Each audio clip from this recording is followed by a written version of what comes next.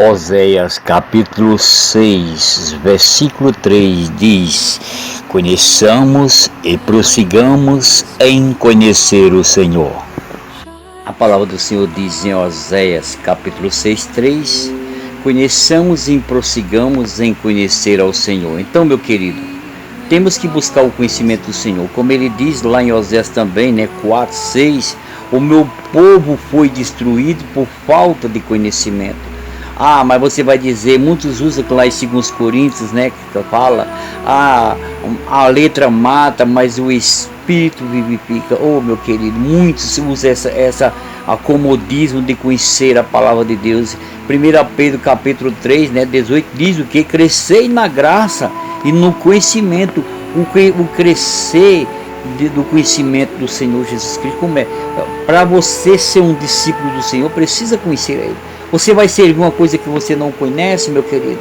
Então, mesmo nós sendo salvos, precisamos do conhecimento do Senhor para sabermos quem é Ele. Ele fez essa entrevista com os discípulos lá no Evangelho de Mateus, capítulo 13, a partir ali do 16. Ele fez uma pergunta: quem dizeis os homens que eu sou? Aí depois ele disse: e vós que andais comigo? Jesus se preocupa, meu querido. Jesus tem uma preocupação que Jesus tem se preocupado e que nós não temos se preocupado, de ter o conhecimento do Senhor Jesus Cristo. Então é bom você entrar em uma dinâmica de ter essa preocupação, porque Jesus está preocupado com você, de você não se preocupar com a preocupação de se preocupar de ter o conhecimento da verdade para a salvação. É claro que quando aceitamos o Senhor Jesus, todos os nossos pecados foram jogados no mar do esquecimento. Nós temos já salvação em Cristo Jesus. Sim, nós já somos salvos em Cristo Jesus. Só que, como Deus tem um propósito na minha e na tua vida, Ele precisa primeiramente. O nascimento é uma vez só. Você nasceu de novo. Mas como Deus tem um plano na minha e na tua vida, para através de nós ser a luz do mundo, sal da terra, que como diz em Atos dos Apóstolos 1:8, que vós serás as minhas testemunhas, é necessário sermos nascidos de novo, é necessário ser justificado, é necessário ser regenerado, é necessário sermos santificados para poder sermos glorificados. Aí vem o processo, E é necessário o homem e a mulher buscar o conhecimento de Deus. É apenas um passo. A palavra do Senhor diz que Ele deu-nos poder de ser feitos filhos de Deus. Ainda não é. Ele diz lá em João capítulo 1, eu vim para os que eram os meus e os meus não receberam, mas todos aqueles que me aceitaram, deu-lhes o poder de serem feitos filhos de Deus. Então, é necessário buscarmos o conhecimento da verdade, buscarmos o conhecimento, porque se nós não tivermos essa preocupação de buscar o conhecimento da verdade, é que nem diz Romanos capítulo 1, a partir do 18, por eles não se preocuparem em buscar o conhecimento de Deus, sabendo que Deus existe, que a graça de Deus, eles se previnem da graça e rejeita a graça. Deus o entregou, ou seja, Deus tirou a mão sobre ele, entregou as paixões perversas para desonrar entre si, homem com homem, mulher com mulher, como os animais quadrúpedes, Não só os que fazem, mas os que aceitam, já trazendo em si a própria condenação. Então, o Senhor diz lá em João 5:39, buscai, examinais, pois as escrituras, porque vós cuidais nele até a vida eterna, e são elas que de mim testificam. Então, meu querido, minha querida, não tem. Nós temos que buscar o conhecimento, crescer na graça e no conhecimento, porque não tem esse negócio, uma vez salvo para tudo. Isso é mentira do diabo, Em Tito capítulo 2:11 diz que a graça de Deus há de se manifestar, trazendo salvação a todos os homens. Ele diz em Isaías 55:1, vinde a mim todos vós que têm sede, vinde a mim todos vós que estáis cansados e oprimidos. É uma chama. Ele diz em Ezequiel 33:11 que ele não tem prazer na morte do ímpio, mas que ele se converta dos seus maus caminhos. Lê Ezequiel 18, que Deus convida o homem. Ele diz lá em 1 Timóteo 2:4 que Deus quer que todos os homens se salvem e venham chegar ao conhecimento da verdade. Então, esse negócio de religião aí que diz que uma vez salvo, salva, Isso é coisa do capeta, do diabo, não existe isso. A palavra do Senhor diz que o reino dos céus é tomado à força, Lucas 16:16.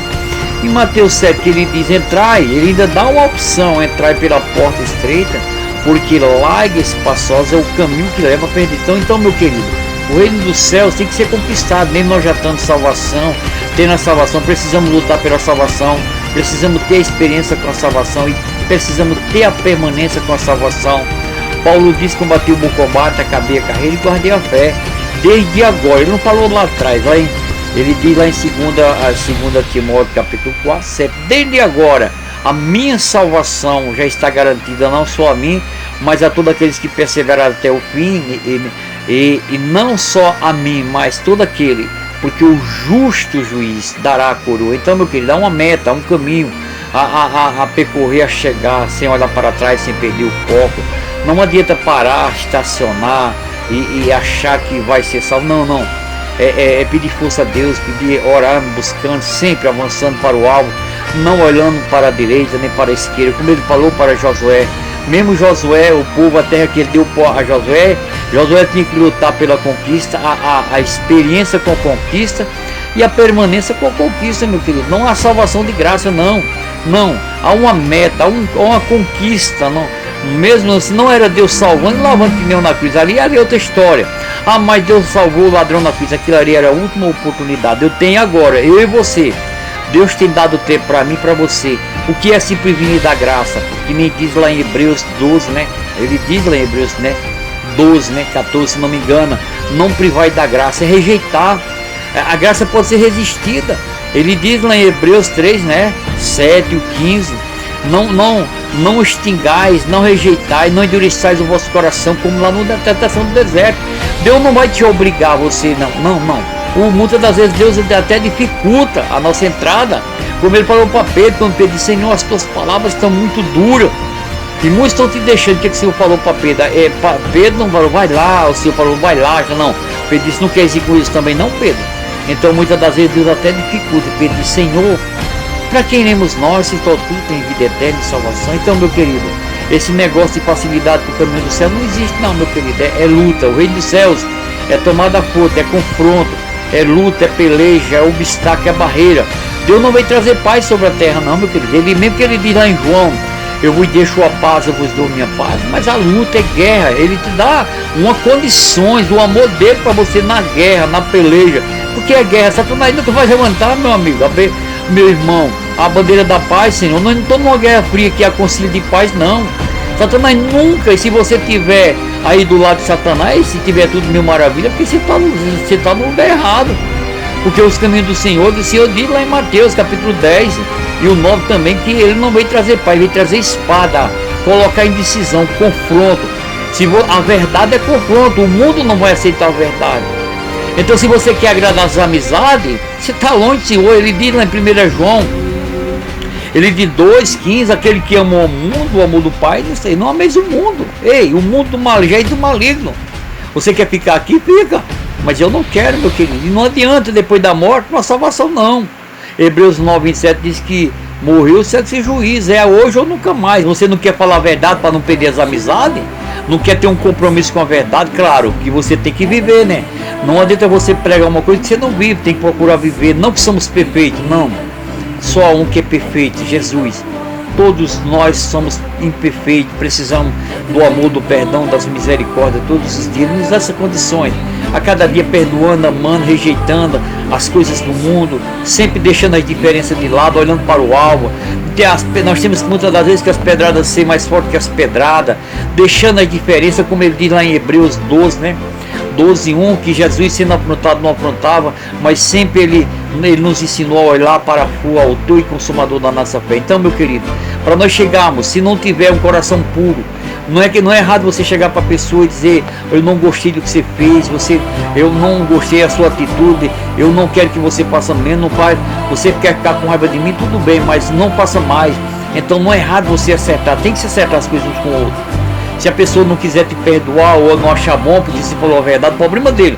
Mas você tem que se acertar. Porque tem coisas, como diz lá em Mateus 5:23, deixa a tua esmola e vai lá e se conserta com o teu próximo. Mesmo, meu querido, tem coisas que é eu e você.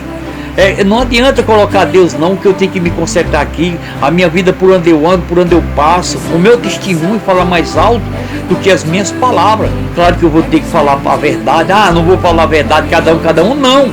Você não pode ser uma pessoa neutra, você tem que falar a verdade para as pessoas, sim. É a verdade que liberta. A palavra de Deus é verbo, você tem que falar. Palavra, claro que com sabedoria, coerente, mas se a pessoa também vier te tirar, você tem que usar o lado da serpente. O Senhor disse ser manso como uma pomba e prudente como uma serpente, meu querido.